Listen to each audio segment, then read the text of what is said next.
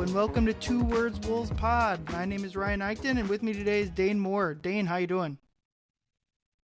Good, man. I'm glad we waited for the right time to do this. I feel like it's here. It's the season's here. I'm ready. Yeah, I mean, we finally got some stuff to talk about.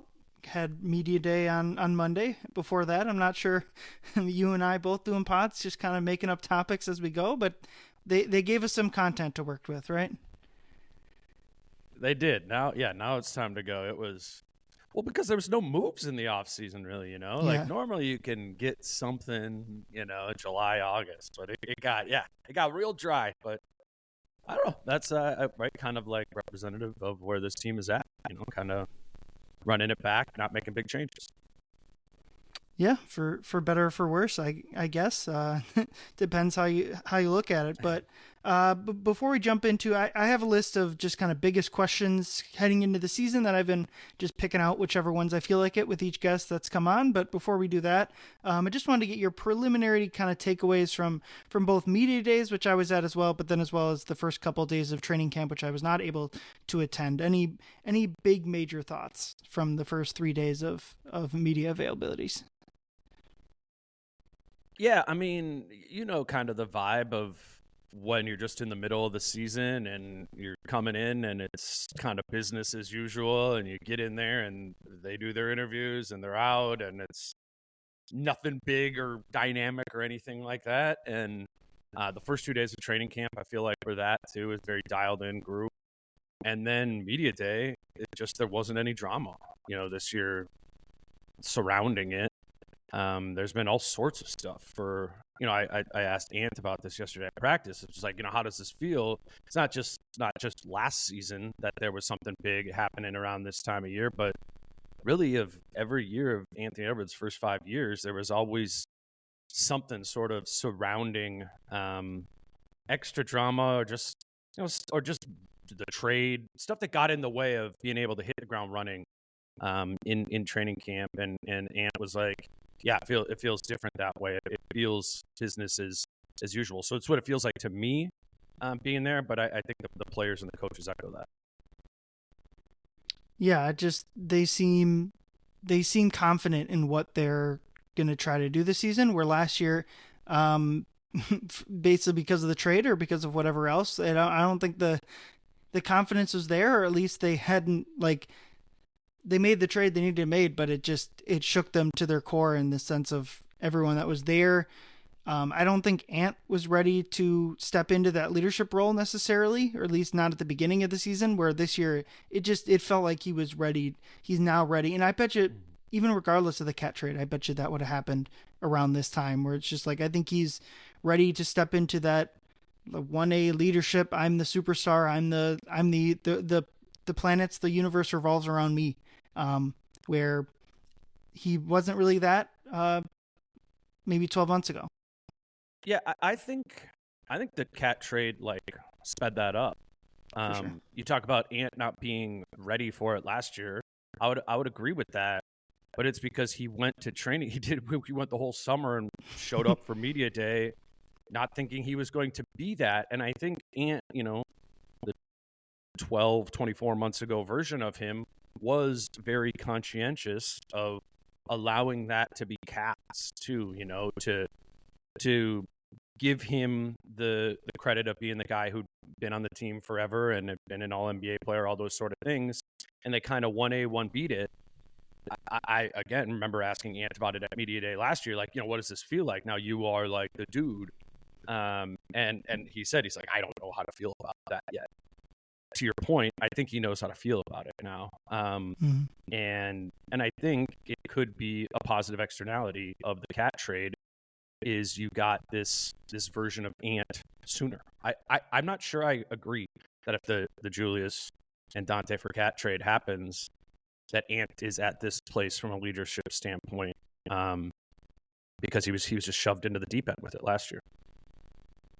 Yeah, that's a good point. And I think one of the biggest reasons he wasn't necessarily the biggest leader was just his natural personality of supporting others. And I think that came through with Cat, because one national narrative that I think didn't fit the local narrative was that Cat and Ant were going to butt heads in terms of who's this team's going to be, quote unquote. And I don't really, at least from my perspective, that was never really. I always thought Cat was going to be willing to, at least especially on the court, like just play his role.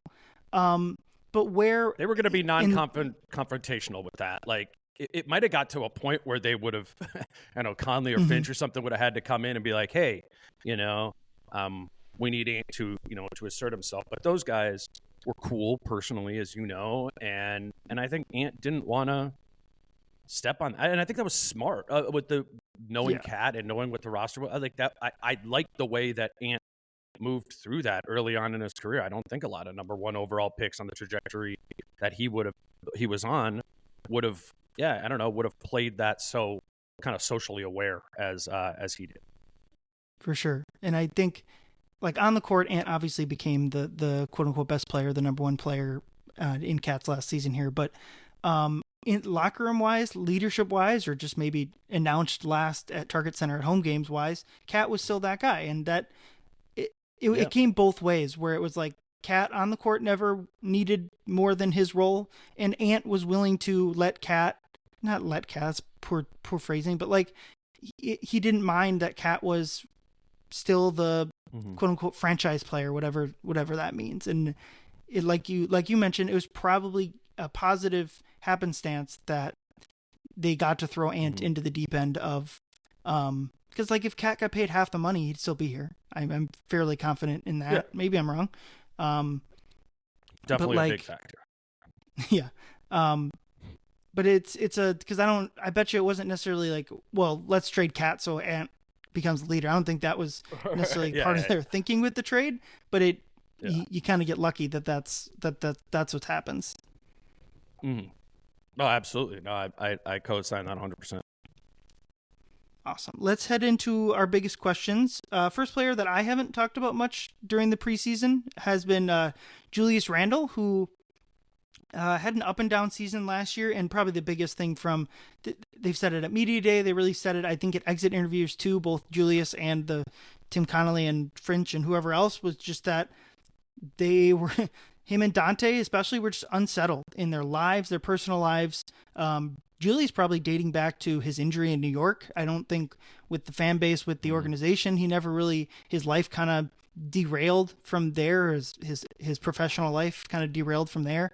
And it took until his injury, both him and Dante's injury. I think, obviously John Krasinski had a great piece I would recommend everyone reading about Julius, but it took him until getting injured, and like just sitting down, getting his personal life in order, wherever he was living. Well, in John's piece, he said they were renting an apartment until they bought a house this offseason, and they really took until this extension to really know that he was going to be here. I know plenty of talk in the media room after games, like, I wonder what they're going to trade Julius Randle for, or they really need to start Naz Reid, right? And it all clicked in down the stretch of the season, but I mean, just in the aggregate, he had a quote unquote down season. So my question for you is, can Julius Randle make it back to the All-Star game, or at the very least All-Star game form? Yeah, we'll talk about the basketball part of it, and I want to kind of talk about it being a down year there. Obviously, the John piece you talked about, and that highlights so much of Julius's kind of mental state over the last 24, 36 months, maybe going back to New York.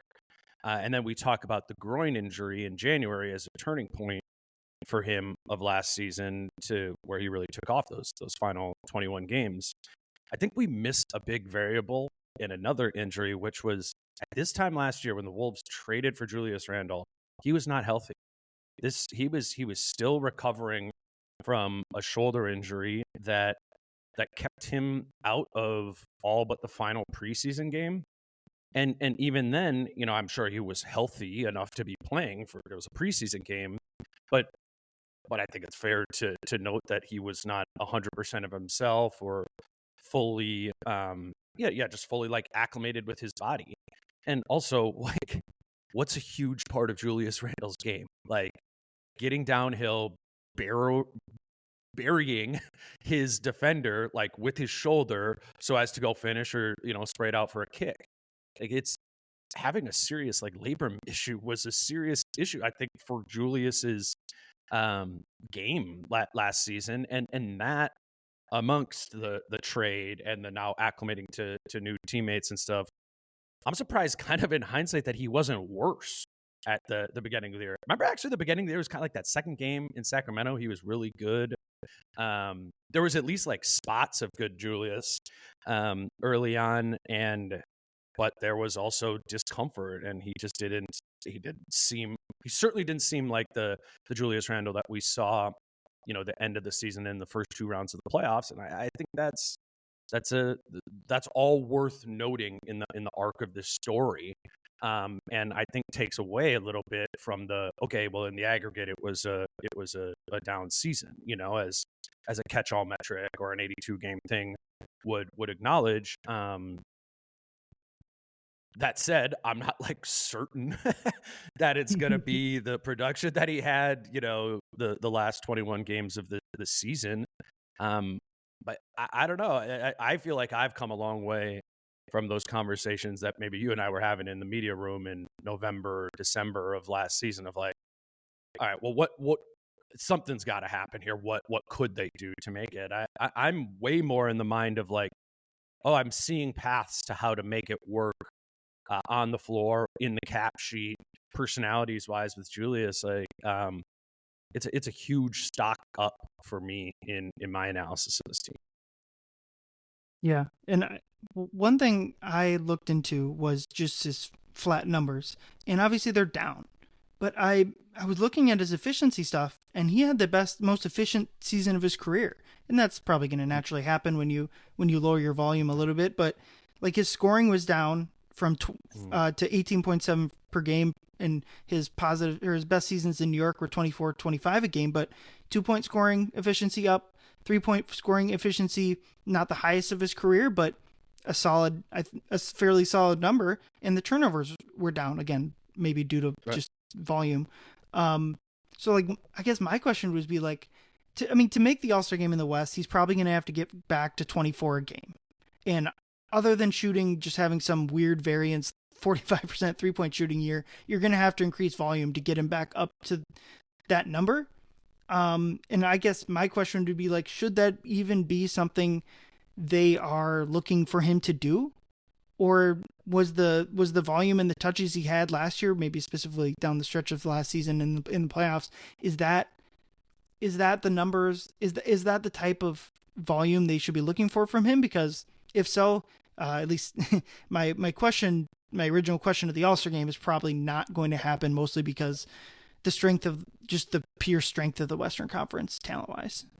Well, I think you've done more research than I have on kind of what the statistical thresholds are for the All-Star game, but I pulled up some random numbers that I had in my notes from a previous episode I did. Final 21 games of the regular season, after he comes back from that injury, Wolves go 17-4, and Julius Randle averages 18, 7, and 5 in that time, while shooting 40% from 3 and 59% from 2. And I note that, like, obviously that 40% pops, right?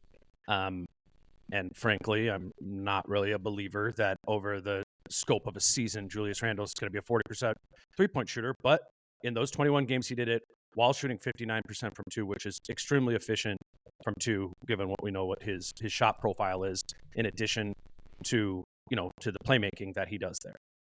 Are those numbers all-star numbers? I don't think so, but if the Wolves have the best record in the Western Conference at the break, it probably is. Right. I would agree with all of that.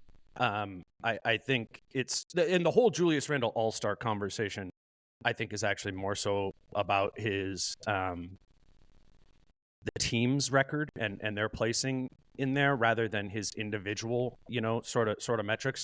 I think if Julius Randle makes the All-Star team, it's because he's the second guy who makes the All-Star team, in addition to Anthony Edwards, from one of the best teams in the Western Conference. Like, I think that would be the story that you tell yourself. But maybe 18, 7, and 5, even on good efficiency, isn't that. So you move to the first two rounds of the playoffs, and against the Lakers and the Warriors. And Julius Randle averages 24, 6, and 6 on 35% shooting from 3, but again, 59% shooting from 2. And I think that those percentages are probably more realistic. Again, that 59% from 2 is really high. But I, he shot 50, the 35 he shot 59%. It is less, right? Mm-hmm. Yeah, I mean, that's probably the number I'd pick for him. Mm-hmm. And I agree with that. Again, if we're doing like over under on what Julius Randle shoots from 3 this season, I am probably taking the under on 37.5, maybe probably the over on 35, but like, yeah, sure. More in that range. But Julius has done it before where he shot 40% from 3. And I really think that's the game breaker of the seasons that made him, an Eastern Conference All-Star. I think if you look at his All-NBA seasons, that at least one of them is a 40% from 3 year. I think if you do get that higher end outcome from him, which is what we're talking about with the All-Star game, I'm saying he is exceeding our expectations to some extent. I just think that's the way he exceeds it from an offensive standpoint. He's a force underneath from 2-point range, getting deeper, not taking a bunch of mid-range shots. That's where that dipped in New York when you're taking 16-footers. So if he's getting down to 8-9 feet and scoring in that 2-point range at 59, I can see that. I know I can see the playmaking element of it. I do think the 6 or 7 assists is very, very much on the table. But yeah, I think to really be reductive about it, I think it's probably got to shoot close to 40%. And the scoring numbers per points per game probably need to be closer to that 24 points per game in the playoffs, first 2 rounds of the playoffs, than it was the 18, 7, and 5, the final 21 games of the regular season. I do think he was a little bit of a passive scorer in that time. He was looking to play make a little bit more there. So I don't know. If we average the 2, what is that? That'd be 21, 6 and 6. 21, 6 and 6, and if he's doing it on close to 40% from 3 and 59% from 2, I don't know. I think that's an all-star if the Wolves are top 2 or 3 seed in the West. Yeah, I agree. And I just looked up Jalen Williams' stats, which kind of he would probably fall into at the break. They're like, well, Oklahoma City's running away with the West. They need a second all-star. He had 21.6 points, 5.1 assists, 5.3 rebounds. Looking just shooting percentages, 53 from 2, 36 from 3. And just from the numbers you laid out with Randle, all of those numbers seem doable. So if he's in, even to your 3-point shooting point, I don't think a 40% 3-point shooting full season is possible. Is a 40% 3-point shooting first half or second half possible? Sure. I think so. Yeah. That's what the grading is. Yeah. It doesn't need to be 82 games. Right. And it's like, well, if he shoots 37.5 on the season and one first half is 40% and the other is 35%, that's how you'd get there. I'm just saying it's in the realm of possibilities. I'm saying it's in the realm. Sure. What would you think the gambling odds on Julius making the All-Star team are? Or what would you set, not the gambling odds, what would you set the percentage chance that he makes it? 20? That's tough. 20% chance? 20%. That was actually the 20. I first thought 10%, and I thought that's too low. 20% is probably the number. I was looking at last year's All-Star team and just 2 guys, Jaren Jackson and there was one other player. I off the top of my head, I was like, well, Julius could easily fit into that spot. Not to we're not comparing those 2 players necessarily, but certainly on a similar level, because there's 10 All-Stars. There's just okay, those guys, if they're healthy, they're gonna slide immediately into the All-Star game above Julius Randle. So you got 2 or 3 spots you're fighting for with a dozen guys. So I think your point that injuries, what else is going on around the league. Yeah, and if he was in the Eastern Conference, that 20%, I bet would be 80%, especially with you're already right. Tatum and Halliburton are already 2 open spots for you. And I guess in the West, Fred VanVleet opens up as one of those guys that he could have been Houston's second All-Star maybe. Yeah. And so that maybe. Yeah. And unfortunately, someone else will unfortunately get hurt, and you hope it's not your team. But I guess just how much do you think feeling settled in just all the bullshit from the trade deadline and the hangover from New York, how much do you think is just going to, like, because I think I don't necessarily agree with it, but there's this feeling that the last 21 games where they went 17-4 were a bit of a mirage. Certainly, Sure. I would point to one thing I pointed to is even just sitting there at the end of March or beginning of March being like, their schedule is really easy. They might just, if they just play how they were playing, they were going to win a bunch of games. And so I would, but if you're going to say that, you can also point to, well, maybe part of the reason they struggled early in the season is because the schedule was hard. But how much do you basically do you think the end of the season and the playoffs were real from Julius, and to what extent was that just fueled by all the crap was to the side? Yeah, I mean, it was weak. Like the competition in the final 21 games of the season, in just like kind of luck of the draw of playing some lesser teams or getting I think they'd already played Oklahoma City like 4 times prior to that. Yeah, they did it in the span of, they played 3 of the 4 games like in a row with the All-Star break in between. It was stupid. And the Wolves were so hurt that entire, like Randle, right. I think Randle and Gobert, and they played the Thunder once the entire season. Yeah. So it's like it was a lesser schedule. And then you can point to like the Lakers and Warriors not being, optimal versions of themselves. Obviously they weren't. Steph was hurt and stuff like that. But again, in the aggregate of those final 21 games of the season where they went 17-4, and then the 10 games 5 against the Lakers, 5 against the Warriors, that's a 31 game sample size. And overall, if you look at the overall talent of all of that, that's still probably like mediocre, because you're getting, playoff version of the Lakers and playoff version of the Warriors, even if for like, I don't know. It's kind of like a regular season caliber of opponent, a median sort of level of that. I don't know. Like it's not strong, but it also meets like other, I think, lines of logic of getting more comfortable.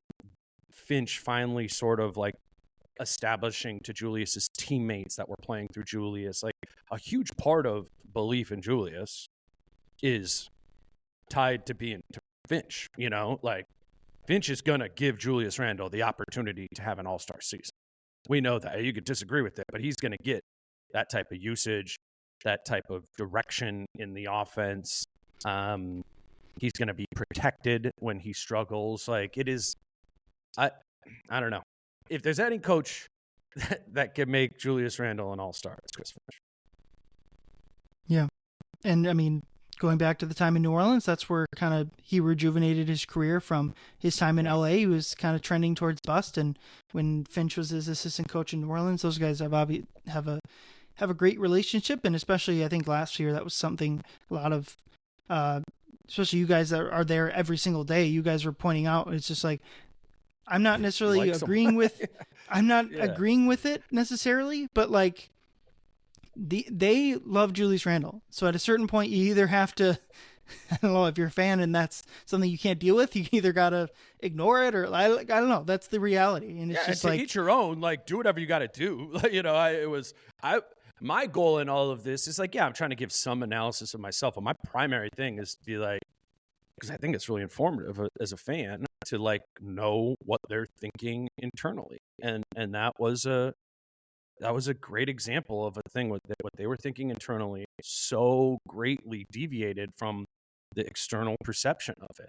And I think another thing like that's happening right now is synonymous is the Rob Dillingham and Mike Conley, and it's just like you can tell that they're going to lean towards Mike Conley more than I think public perception or appetite is, it might be asking for. It's you can have that opinion. You might be proven right about the opinion, but let's remember that you were proven wrong about the Julius Randle opinion, because it was better than we all thought, hand raised, you too, about, back in November, December. So I don't know, it comes down to like, do you believe in Finch? Mm-hmm.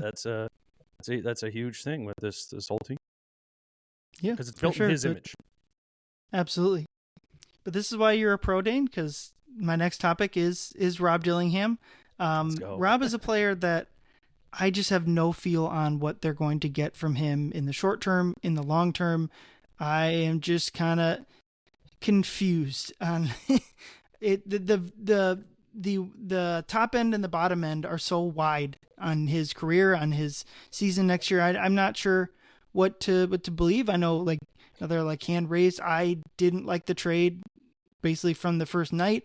I'm admittedly very conservative about sending away picks. I had the same knee jerk when they traded for Rudy. And I would Fair. say I was proven wrong with Rudy, but it's not that I don't care what the picks end up. They haven't really given the Jazz much. Walker Kessler is probably the best asset, and they're struggling to find an extension for him.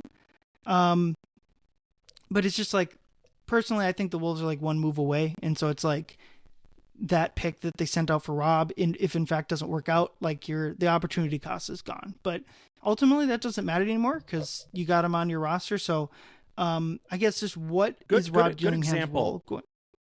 Can I jump in on the asset piece real quick too? Because I think it's a important part of the story. I think too, where a couple things related to it.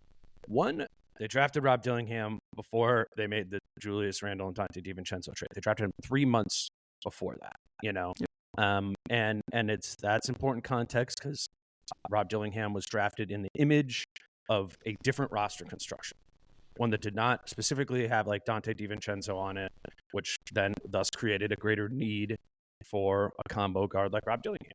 That's an important piece of it, which I think devalued the move of trading up to get Rob Dillingham, where they traded a 2031 unprotected first, right? That's what it is.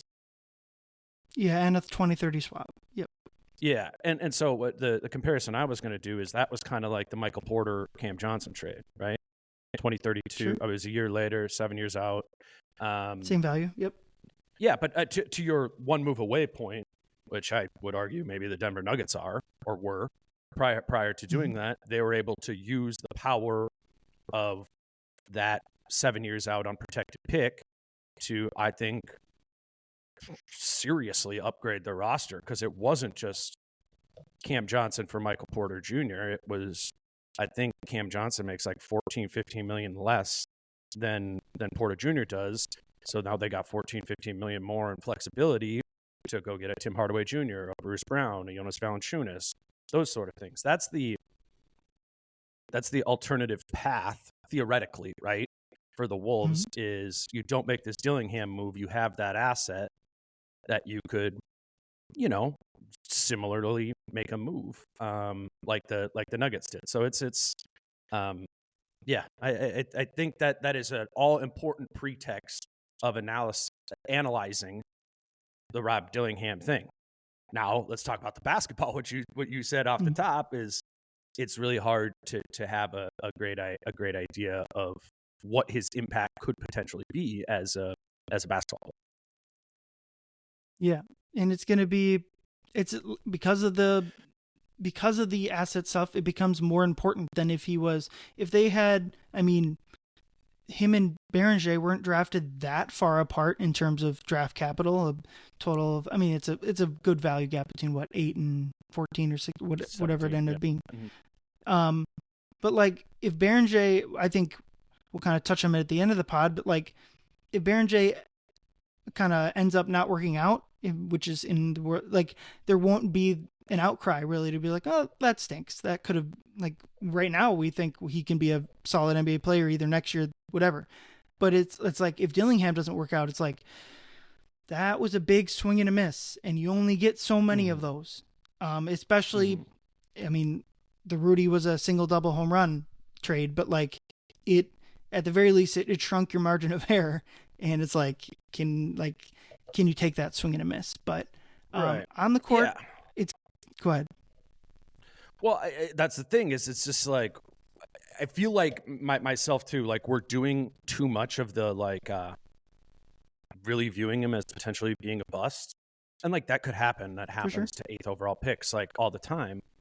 But I don't think we have enough evidence or context or anything to really have substantially moved our position on him 12 months ago. Like it's so many of the things that have moved my position on Rob Dillingham are the external factors that Julius Randle and Dr. DiVincenzo are on the team. Like, I mean, I'm not a big like draft scout or anything like that. I don't think when I watched Rob Dillingham play in, limited minutes last season, I don't think it was awful. I think I saw, at times at least, some of the pop that I saw at Kentucky. I think everything they believed in him is still very much like in the realm of possibility.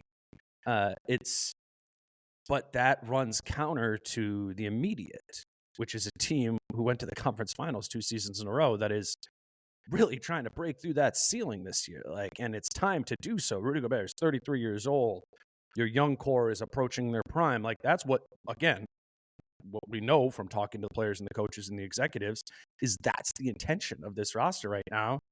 And the reality of the situation is it's just a tough spot for a 20-year-old, especially point guard who's 165 pounds, to be able to come in and give you the type of production that's bankable, That's the thing with Rob is I don't know, it could be good, but what's bankable? What's the mean outcome of this? I don't, it's so hard to say, which makes him such a fascinating piece, I think, even in preseason to see out on the floor. What does this actually look like on the floor? And then we can go to the point of maybe it's just he's not ready in year 2 to be a major contributor. Or maybe the alternative, maybe you're like, oh wait, this does work. He does, it's such like a blank canvas to me right now. Yeah. Yeah. And what you just described there is why I didn't like the trade in the first place. Cause I feel like we could have seen that coming, but at this point we can we're sunk cost fallacy. What do you make about the Julius thing? What do you make about the fact that they did draft him prior to the Julius thing? You would it was a better move to draft him then, right? When you thought Cat was on the team. Yeah. We have to factor that, right? Right. And I think with what they were saying after that draft, which they were very, they talked about finding the loophole in the CBA where they could add this amount of money while being about the second apron. I think that points to the fact that they were viewing this in the terms of, with Cat on the books, we just have so little movement. And we saw this offseason with Cat off the books, they had a lot of more flexibility, and they used that flexibility to run the team back, which I in general agree with their moves there. So I think you're right that the trade made more sense in the context of the Cat trade, but ultimately they're the ones, no one forced them to make the Cat trade. So I get that, I get it. It made more sense under the previous context.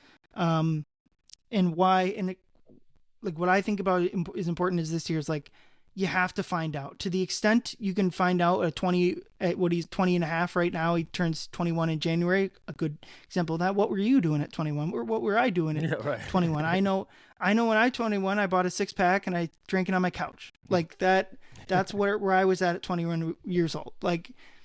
I think, like you mentioned, you got to give him a little bit of leeway, but I just think you got to play him. You can't, obviously if it's terrible, then you pull the plug, whatever. I don't anticipate that to be the case, but you just, to the extent you can figure out what a 21-year-old small guard is, you have to figure that out this year. And you have the regular season set up to do it. If he is a net negative on the court, either small or large, that's what the continuity is for. You can handle that, still win games. Maybe you lose 1-2 extra over the course of the regular season because you were playing Rob 15 to 20 instead of 5 to 10. Mm-hmm. But just figure it out, because then whatever comes next offseason, if there is a big move to be made or not made, you got to know what Rob Dillingham is, because Mike only has so many quality NBA seasons left, and from what I get off of social media, some people think that number is 0. So sure. I don't agree with that. But my big thing is figure it out, and you got to play him. You know what I want to hammer home, which you brought up in the pretext of the Rob Dillingham story, is the second apron. If the second apron does not exist, there's no way Rob Dillingham is on this team. There's no way. Mm-hmm. The strategic rationale for the pick above the player was the fact that they were limited to adding last summer, 2024 summer. The only thing they could add to the team, because they were in the second apron, was minimum contracts. So they thought they were slick, and frankly, I thought it was pretty slick at the time too, that they did, as you called it, kind of find a loophole, which was, okay, well, there's one way where we can add players that cost more than $2 million. It's the draft. So let's go do that. Let's go get a player in the draft that is likely going to be substantially more valuable than just signing a minimum contract player. You know, like we're talking about like Austin Rivers or something like that, you know? And I thought it was slick at the time, but if, you know, in the world where this doesn't work out with Rob Dillingham, that's going to be a big part of the story that I'm telling, is that I don't think they would have had the chance to make this mistake, again, if it ends up being a mistake, if the inception of the second apron never happens. It's just, I highly doubt that trade happens on draft night 24 if the Wolves' salary isn't as high as it is. It's very true. It wouldn't make, I mean, how often just in NBA history do you see a team that is trying to win championships, or at the very least is trying to win as many playoff series as they can, add a young piece? They generally don't do that. You see the opposite. You see the pick going out the door, unless it's like with Dallas and Cooper Flag. Obviously the Wolves would have. The incentive structure isn't there. The incentive structure just isn't there. It's that simple, right? The Wolves were in a salary cap situation where the incentive structure was in place to take that risk. I get it. I mean, I thought about it at the time, but we didn't know anything. That was the beginning, man. We had no idea. They didn't. And they would say they were figuring out and, you know, estimating what the salary cap environment would be. And again, I got why they did it, but maybe it proves to be a thing where it was an overreaction to the new salary cap environment, or the other way, it ends up being extremely great foresight, right? If this does work with Rob Dillingham, it's like, man, that was a really smart move, because the alternative would have been that this team just had a minimum contract player. It's kind of a fascinating modern NBA story, right? In roster construction in today's day and age. But on the floor, I don't know, man. Like we got to just see it. Like I don't know what to tell you. Like I watched the stuff at Kentucky. He played a little bit last year. I think I see a vision for how that incorporates into the offense, and a pace and a playmaking and all that. I kind of like how he really tried on defense. But man, it's hard for me to like set a stock price on him right now until we see it. Yeah, and I think they're still in a tough salary cap spot. Excuse me. Every team is. They're in a certainly much better spot now with basically the three big extensions and the cat trade. But like, if they can still get a quality player at what is Rob's contract, gets up to $10 million by the end of the rookie scale, I think. Like, if you're still getting a quality, if he's, I mean, certainly a solid outcome would be like a sixth man type scorer type. I think certainly that would be a positive outcome. Great also at 10 within, yeah. Right. That's a great value at $10 million. That's what they're paying their starting point guard this year. Right. I think personally, I'm dubious that he's going to be game one, Western Conference Finals, Wolves are favored to win the title, starting point guard Rob Dillingham. I'm a little dubious of that. Just that's a whole other part of the conversation. You're right. Of like, what is the value of that archetype of player in the NBA in 2025, given that we've seen, in the last 5 whatever type years in the playoffs, that type of player not being the same value in the postseason that they are in the regular season. I think that's wise to pick up too. I do think sometimes we point to a couple guys that their value completely craters in the postseason of an archetype, and we go, this is the truth for the archetype. I should think about this. Like, it's not like some small guys can't work in the playoffs either. We just, you know what I'm saying? Like, we sometimes focus on the negative more than the full scope of outcomes there. But that's a huge factor too. Sorry, cut you off a little bit. Yeah, but I think it's the opposite archetype that fits your bill here is Rudy. Is like Rudy can't play in the playoffs. where it's just like there's like certainly his value diminishes, but like the Wolves couldn't stop anyone when Rudy wasn't out there, and that's the ultimate. It's the we'll do a pod 25 years from now and be like, remember when they had Rudy and they couldn't score with him on the court and they couldn't defend anyone with him off the court. Like it's just gonna be like an endless debate, and why I kind of have fondness for the double big team, because it was like they had two of those guys, but they were the exact opposite. Where Cat was like, well, if you have him, if Cat's your center, you're gonna be a top 10 offense, but you're gonna have like the carousel is gonna be running all night. But in 23-24, they were awesome with Rudy off the floor defensively, which was a credit to Cat that I did not give them enough, credit for it that season. As I'm now analyzing this a little bit more for this season, is I think the Nas minutes or the non-Rudy minutes are pretty critical this year. I've been looking at that a lot, and it worked. I wouldn't say Cat gets all the credit for that. I think he had great surrounding defensive personnel around him when Rudy was off the floor. Nickeil Alexander-Walker, Kyle Anderson, both since departed. Like it was Jaden in his first real breakout defensive season. Cat was really well insulated there too, and I think that's kind of the thing we need to focus on this year. I'm not sure Nas can get to that level that Cat could as an individual, but I think it's less about the individual and more about like the collective mindset of the group and effectiveness of the defensive group when Rudy's off the floor. This sounds like a small sort of thing. It's like, Dane Ryan, why are you guys like talking about what this team is going to look like with Rudy off the floor? Whatever. It's the regular season, and teams survived. The Wolves survived without it last year. This is a playoffs conversation, because we saw in the playoffs that Finch dashed Rudy's playing time substantially. Not quite in half, but was 75% of it, which increases the importance of the non-Rudy minutes to this team. I mean, in a really major way, because I don't know, half the minutes in the playoffs, if it's anything like last year, will not include Rudy Gobert on the floor. So this is important. This is important to be able to play defense with Rudy off the floor. Yeah, especially because if Rudy, I think Rudy has a ceiling to play better in the playoffs. I mean, if you can get the Game 5 against the Lakers once every series instead of once every playoffs, that'd be great. Or, I mean, ideally a couple times a series, or just a little bit more on the glass defense. But ultimately, there's a good chance a different opponent?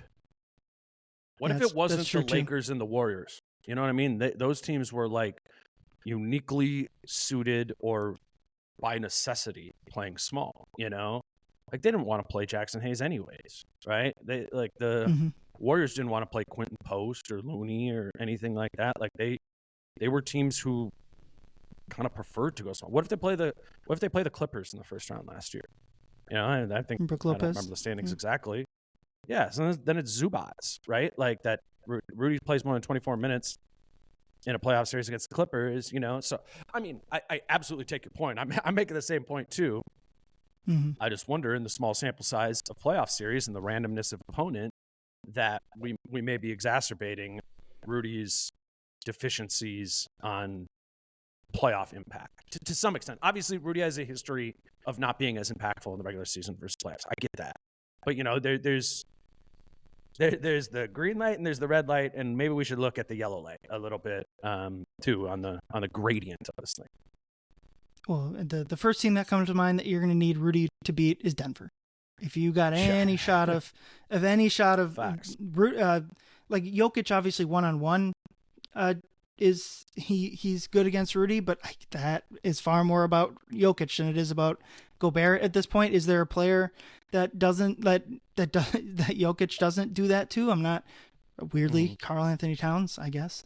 But Rudy had Karl Anthony Towns when he's got Rudy behind him. Yeah. Like it's a collective thing. And they would be screwed against Denver without Rudy, because then it would be 48 minutes of Jokic, cooking Nas and Julius, you know, who actually I think both of them like kind of admirably fight, but like, you know, you need, yeah, great point. You need Rudy Gobert to beat the Nuggets, even though Jokic kind of cooks.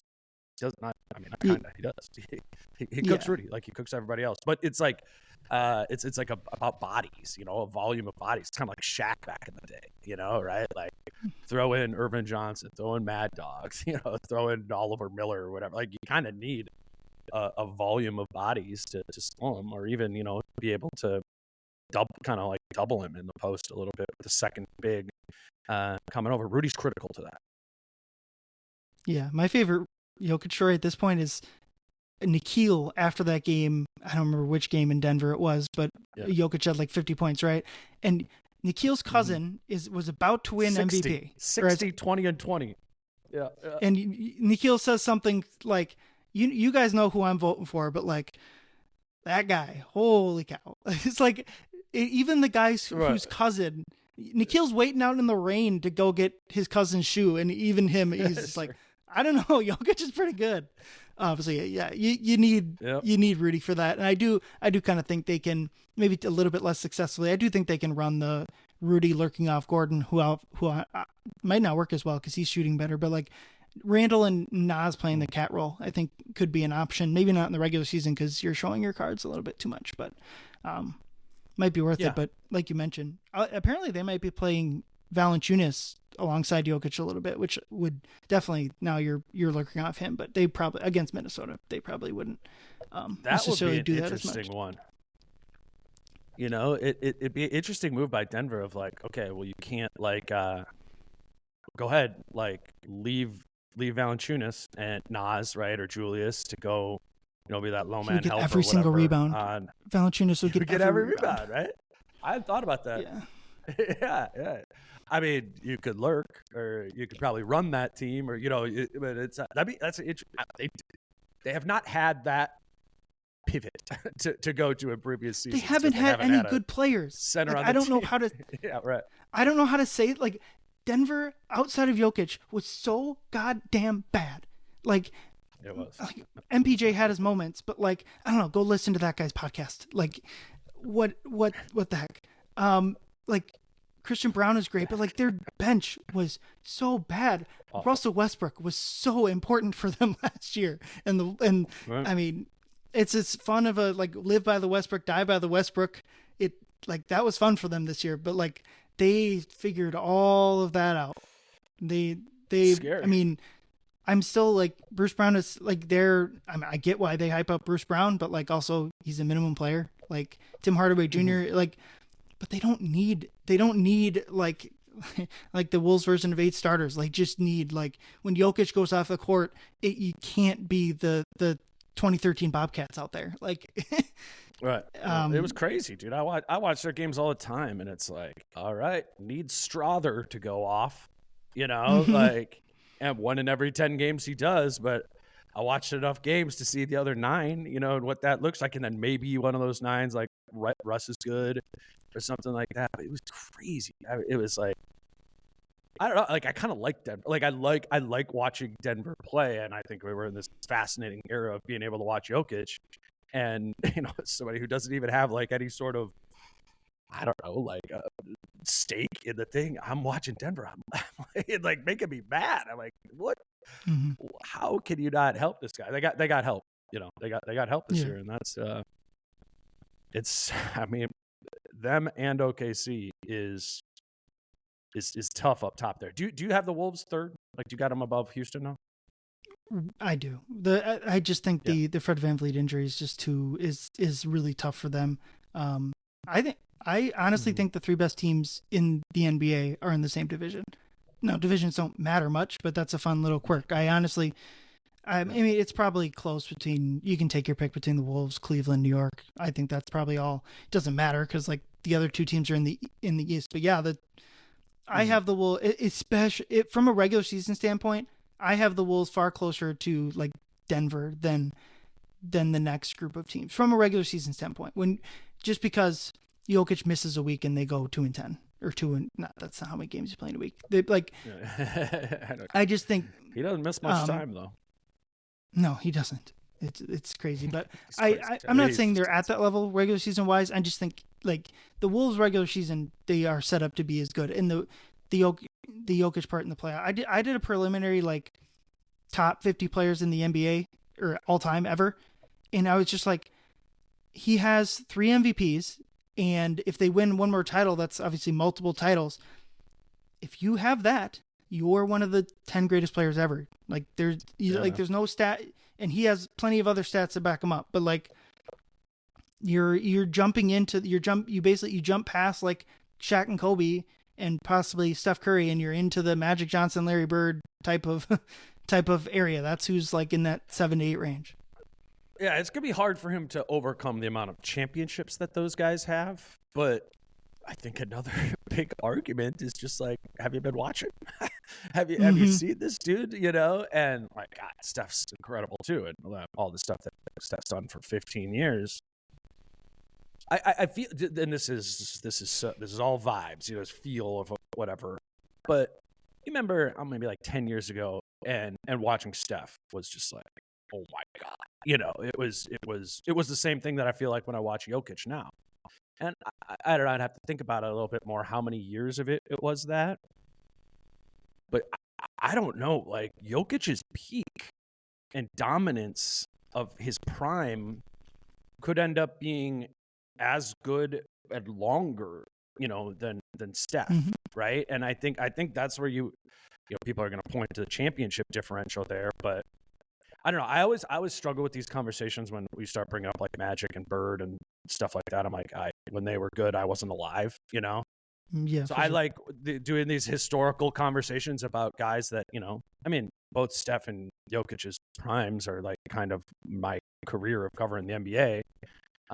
So I think that one I can get into it, and I could have that conversation to have, but you know, God, it's just tough to, you know, Kobe or Shaq or whatever, knowing what their total championships won were. But I'm also not ruling out Denver winning like 2 or 3 more. You know, I don't think that's out of. I mean, I don't know, 3 sounds like a lot in today's NBA more, but I mean, I would say Jokic wins another championship, right? Like the odds on that are over 50% that he wins another championship, right? You know, is it 25% that he wins 2 more? Yeah, so he's a fascinating character. It's funny, like when it's such a rival of the, you know, the team we cover. But even going back to the Jimmy days, I love, right? Yeah, true. That's when it started. It's like a decade almost now. I love some League Pass Mountain Time Nuggets games, you know, in the fall or winter or whatever. It's he's a blast to watch, and I'm curious to see. I'm getting to the point where I have Denver and Oklahoma City up like a chunk better than the Wolves. I do think I've moved to Wolves over Houston, and that being close, like kind of a Wolves, Rockets, Lakers, Clippers tier there, with the Wolves at the top of it. I do. To me, Oklahoma City and Denver are in a tier with a little bit of a chunk beneath them now. Until we see if this Wolves team is like, you know, does the continuity work? Do you start 16-4? Do you feel like that team from 2 years ago right away? Then okay, like then they are Denver's class. But just estimating right now, I think Denver deserves a nudge. Yeah, and for me personally, I think I just have the Wolves in a tier by themselves, below OKC, Denver, and above those teams listed. But at this point, we're splitting hairs. I think we're pretty much on the same. And it's like a regular season. I just think the Wolves are so much built to win in the regular season, and any issues they have kind of more creep into the playoffs. But one quick topic before we wrap up, I think is the rotation.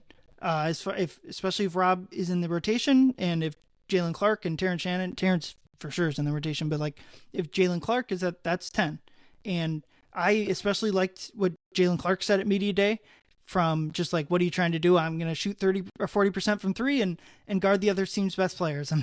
We're not taking step back threes. We're not, I mean, obviously like if you'll pump and go and drive and dish from there and do all that stuff, but like it's primarily going to be defense and making open shots.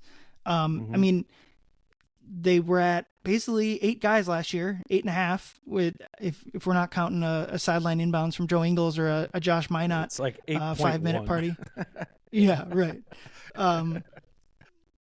And so it just I don't it see feels 10, like a dude. How do they get to 10? Yeah. Explain it to me. Like, tell me. Give me it. Like, there's no way, man. Are they not going to be 10? How is it going to be 10? Like, there's 240 minutes. I don't see it. I see how so they what, get to. I see how they get to 9 because Mike's minutes will be lower. Mike will miss more games than he did last year, and obviously, sure, Nikhil's gone. So that like if the 3 players you're looking at, Shannon, Rob, and Jalen Clark. Well, one of those takes Nas spot. The other one takes the half role plus Mike's remaining minutes. We'll probably call that Rob, but it's just like, yeah, that's 9. I don't like you. Where is the 10th? Where are the minutes for 10? Unless you're going to play Ant, Jaden, like those guys less. And that feels not great. Dude, I don't even think they're going to play Mike less. I don't. Yeah. You know, what was Mike was 24 minutes a game last season? Sorry, I should probably know that. I don't think they're going to play Mike less. I think he might play fewer total games, so fewer total minutes in the aggregate. But when we talk about October 22nd in Portland and the roster's all healthy, I don't know. I'm looking at the only available minutes being 22 Nickeil Alexander-Walker minutes. 20, because some of that is juiced by games he started or whatever. I don't know. Yeah, I think you split that between TJ and one of Rob or Jalen. But 10 minutes a night is one stint a half. It's a little like 5 minutes in the second quarter, what Rob was doing. And then, Rob didn't often get the second half 5 minutes. But, like Finch went into all those games with the intention of like, well, we'll play him for 5 minutes here and we'll play him for 5 minutes in the second half. And what happened? The second half so rarely happened there. I just think if you look at Finch's pattern of behavior, he's a trimmer as the game goes on, even if he sets it out wide with 9 or 10 guys to start. I don't know, man. I think it's 9, and I think the 9th man is getting less minutes than we think too. More than 8.1, though. I'll take the over. The rotation will be bigger than 8.1 guys. I'm not saying over 9.1, though. I do not think so. But whatever. A little bit. He said it. Yep. A little bit of this is like, I think about this with like baseball pitchers, where it's like, oh no, we have 6 starting pitchers. What are we gonna what are we gonna do? And it's just like the minute. And it's like, oh, this guy has an arm injury and he's out. Now we're down to 5 again. So a little bit of it is like that, where it's just like, it's a good problem to have. And it's just like, oh, how are we going to get these?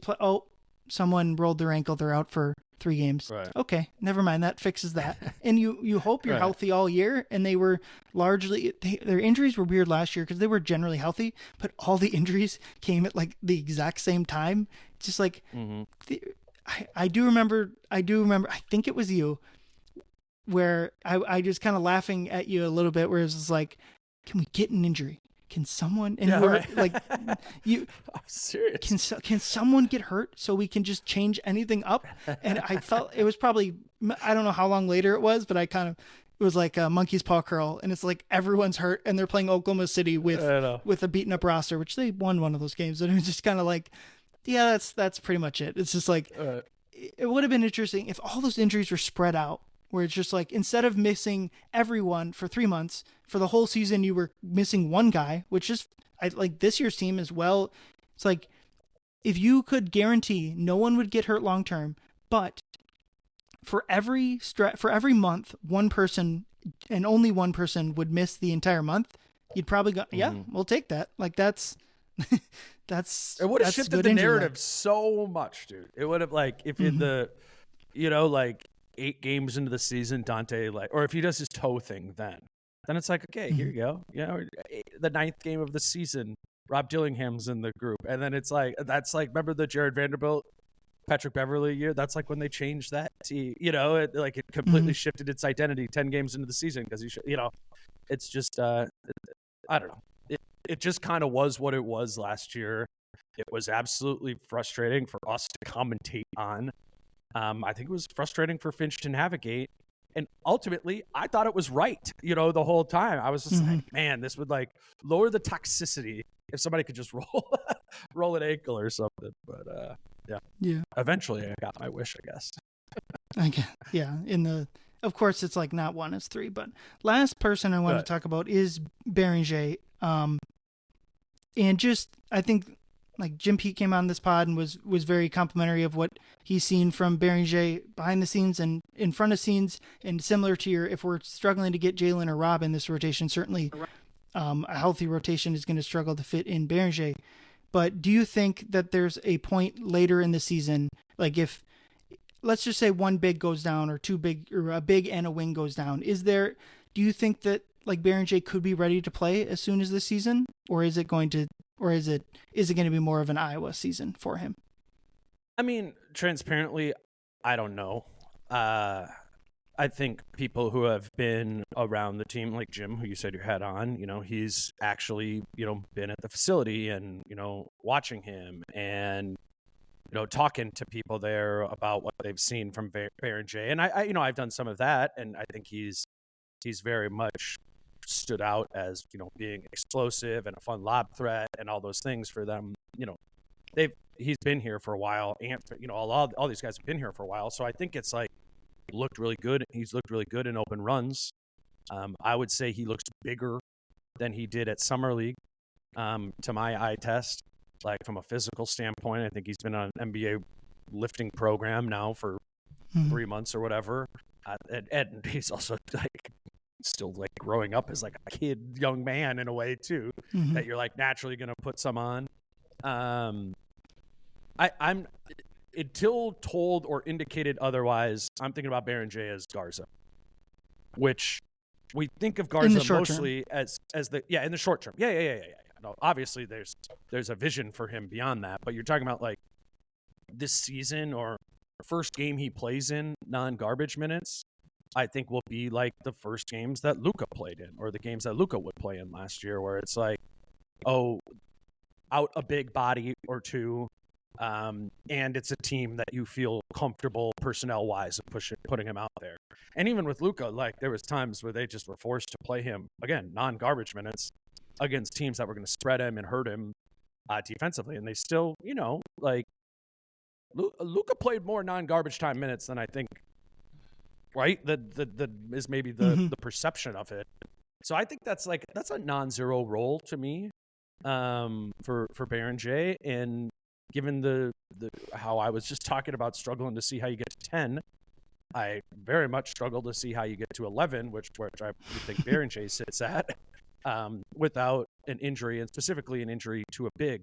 But even then, let's knock on wood, Nas or Julius Randle roll their ankle the first couple of weeks. I think the big you see most, the new big you see most, is Jaden sliding up to the 4. I think that might be as big of a reason for Beringer not getting minutes this season. If he doesn't, again, I don't know. Than anything, just because I think they, Jaden's gotten a little bigger and stronger himself, and I think is ready to. I think they're ready to play him at the 4 some. As we talked about the injured time last year when guys were hurt, it was Nas at the 5, Jaden at the 4. What was that, 5-10 games? That was the starting lineup there in January, February. So it's very hard for me to see a Beringer path, even though he's probably exceeded their early expectations, and they love him. But they loved Rob Dillingham last year too. Like, it's some of it just is what it is. Yep. And I agree that it's going to be a project with him.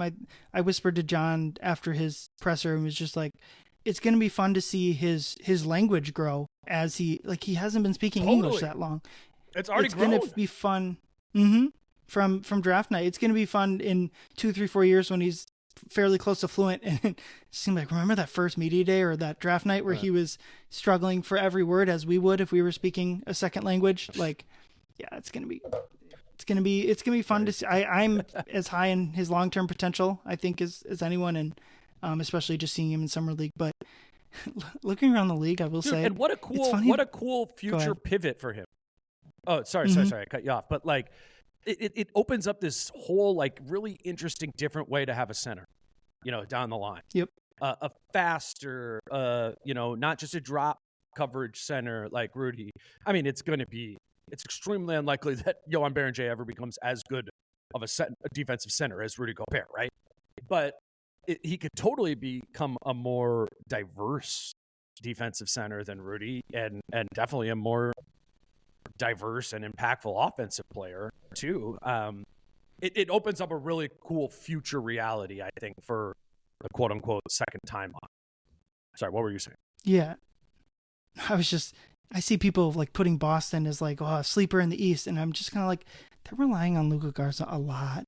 Like, they traded everyone. It's not even a slight to Luka. Like, I honestly, like, I think he can kind of be a rotation player in this league. Maybe not, like, I don't know, but like, yeah, dude, I think he can. But like, he's like their starter, or he's going to play like 30 minutes. Like, and they traded away everyone. Like, I'm not trying to crap on Boston, 'cause like, it sucks that like their season and basically their whole team got traded away aside for Tatum and Brown and Derek White. But like, I would caution Boston fans and like, they're especially like, well, Tatum's going to be back. And I'm just like, why? Like, sure. Like, just, I'm not saying you got to tank it out. Maybe the season ends up going that way for them, but it's just like, you're going to be in the play-in tournament. Maybe you'll make the playoffs. There's no need to bring Tatum back for that sort of team. But I think what's interesting with Beringer and Gobert is that I think people are just so, myself included, so amped to like compare them. And I think their games are very different. The way they find defensive value is very different. Beringer is going to be quicker, is going to be more that type of defender. He's obviously going to have rim protection in his arsenal, but like, he's not going to be the greatest rim protector of this generation. That's what Rudy is. Like, we got to remind ourselves, Rudy's a unicorn special player, and obviously we already talked about his warts, part of his game, but like, they're going to be different. And it's kind of like, you ask them, well, what have you learned from Rudy? And I'm certain they are obviously helping them, but it kind of feels like there's a little bit of like, not pushback, but like, yeah, I'm learning from Rudy. I'm learning from all these guys. Like, they're learning. I almost feel like from Rudy's going to come from like, you're a French kid moving to America, that type of stuff. Here's how to go from French to English, and maybe even he'll learn from Rudy as much as anyone. It won't be as much on the court. Does my logic track there? Yeah, no, I get that. It's more of the like personal stuff, having a similar like literal background of where they come from, and Rudy experienced the whole acclimation process. And frankly, that might be just as valuable and important to him as getting good like tips on how to play to and drop coverage. But to your point, Beringer, I think, is going to be his own type of player. He isn't like, he might get a lot of blocks, and I wouldn't, if it's per 36 minutes, maybe even has more blocks than Rudy next season, right? In 10 games or something like that. He has a 5 block game or something like that.